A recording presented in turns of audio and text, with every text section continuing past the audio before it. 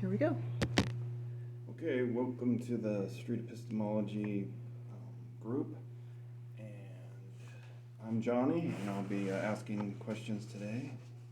And would you please introduce yourself?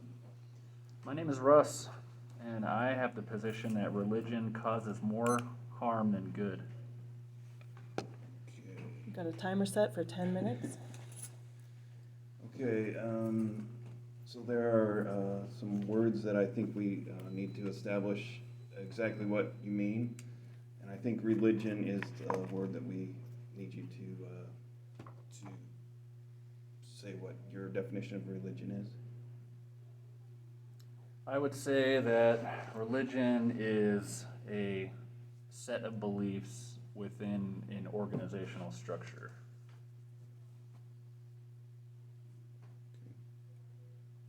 And if we were to set a confidence level of that from 1 to 100 then 1 being you don't see that at all, and 100 you're 100% sure of it, what would be your confidence level? My definition of religion, or that it causes more harm? 60%.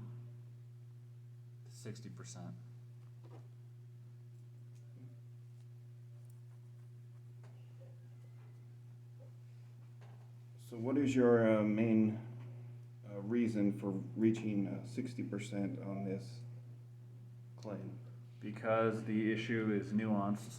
It can do some good, but my position is that religion claims to know absolute truth. It claims objective truth, where I think it's just a social construct that they use to control people.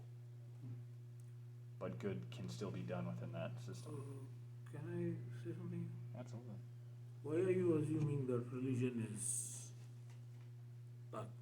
What you just assumed it? What I was saying, what I define religion as? I mean, you're just talking about Christianity out there. You're not talking about all the religions of the world. Well, you said like a set of beliefs. So let's back up a second. I say religion is like a set of beliefs within an organizational structure, and that could be anything. Hinduism, Islam. Includes Christianity, but It includes all religious structures. Mm-hmm. So no, it's not limited to any one specific thing. It could be the space baby at the center of the universe. So when you say 60%, it makes me think that you think it does maybe a little bit more harm than good. So what things would cause you to make that claim?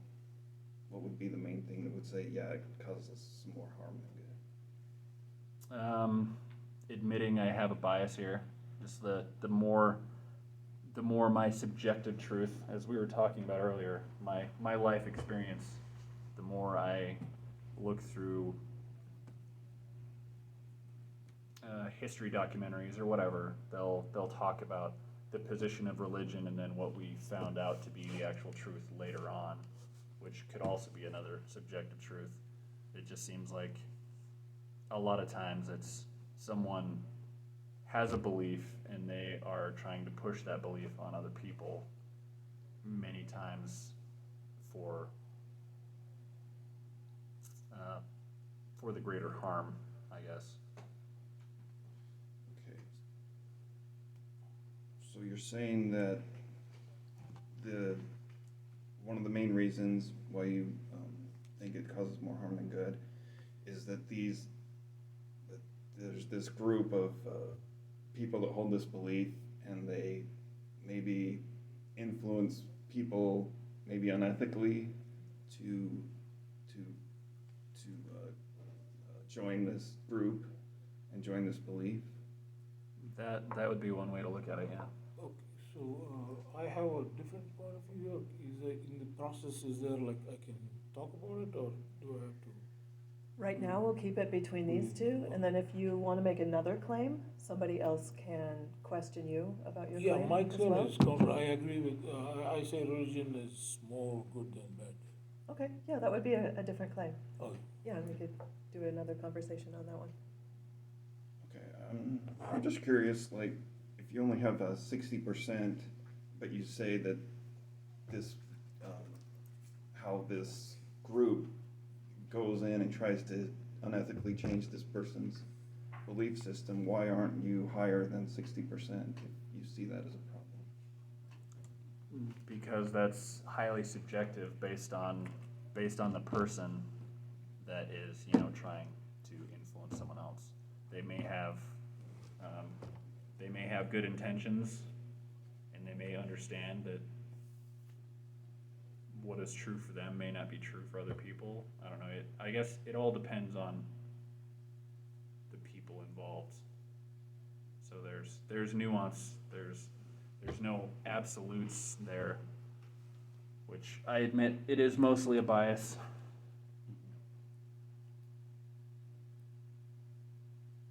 Do you think there's a way we could get to more objective way to see this, so it wasn't just one person's bias or another person's bias? I suppose we would have to take very specific examples,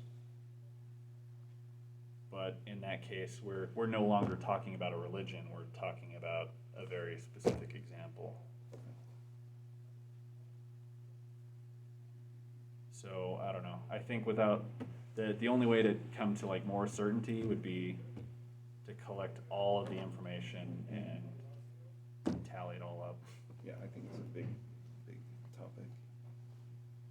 Is there any way you could get closer to 50% and say, well, this religious system does a lot of good, so your confidence might go down a little bit?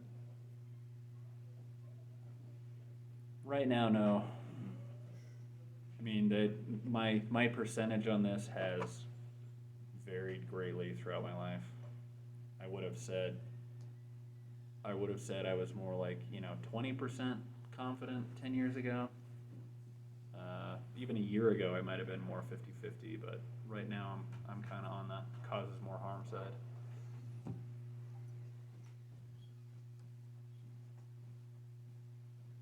So my position is fluid on this, I guess.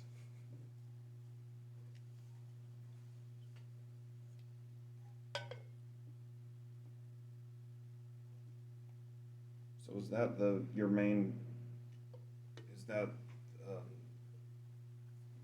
your main reason for saying it causes harm is the unethical persuasion, or is there something else that really... My main claim for saying that it causes more harm than good is what I've learned recently about psychology, Okay. what I've learned recently about child abuse, and what I've learned about the claims that are made, and then like what can actually be proven legally on the side. I guess to elaborate a little bit more, about 18 months ago, I started a cognitive behavioral therapy book, and it gets into something called cognitive distortions. And in those cognitive distortions, I had a very strong confirmation bias that I learned every single one of those distorted thought processes from that religious system. So I don't absolutely believe that all religions are bad or that everything religions do are bad, but that religions generally take a position of moral authority where they say, like, you have to believe what I believe because that's the absolute right thing. And I think that is what's harmful.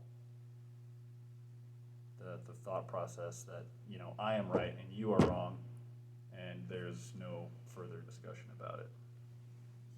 So you have you could think that organizations that are very dogmatic and that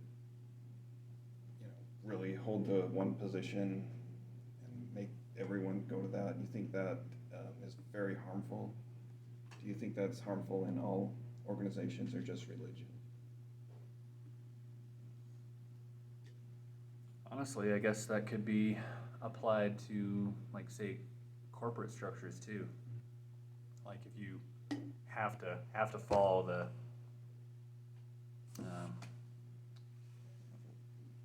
what's the best way to put it? Like you have to drink the tea in that corporation. You have to be all positive and all smiles about what that corporation does. I don't know. Our time is up. If anybody needs to leave, feel free. We do have the room until 4 o'clock, so we can keep going a little bit longer if you want, but if you need to leave, go ahead. Are you guys good continuing the conversation? I can Do you have more continue. I'm questions? not or- sure I've thought of any. Okay. If anyone has a question. Yeah.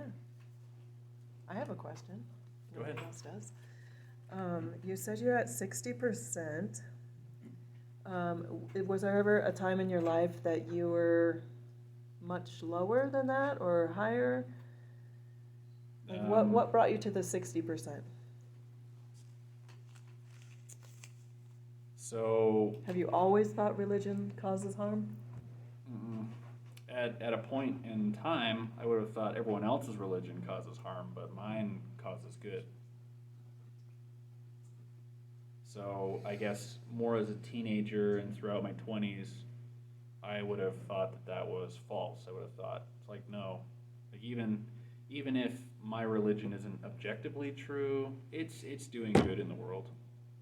That's what I would have believed 20 years ago. Mm-hmm.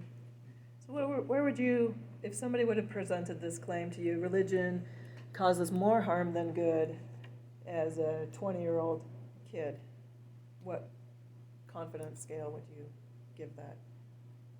That it causes more harm More than harm, good? if somebody said, do you agree that religion causes more harm than good? I would What have. would you, how would you have responded? I would have definitely disagreed. It's like, no, like it's all intended to do good in the world, right? Mm-hmm. That from my best recollection, that would have been my stance. Is that like, no, look at these actual good things that it is doing. And what brought you from disagreeing with that statement pretty strongly to where you are now? I would say my love of critical thinking content, Mm-hmm. Mythbusters, science documentaries, historical documentaries, and just kind of seeing like this piling evidence that like everything that I was taught as a kid isn't necessarily objective truth. And then in the past, I don't know, maybe 3 to 5 years, realizing that like the more I learn about psychology, the more I realize the way people can internalize shame from those religious beliefs and how that internalized shame actually is doing them more harm than good. Yeah, that I agree with. Yeah. Internalized shame.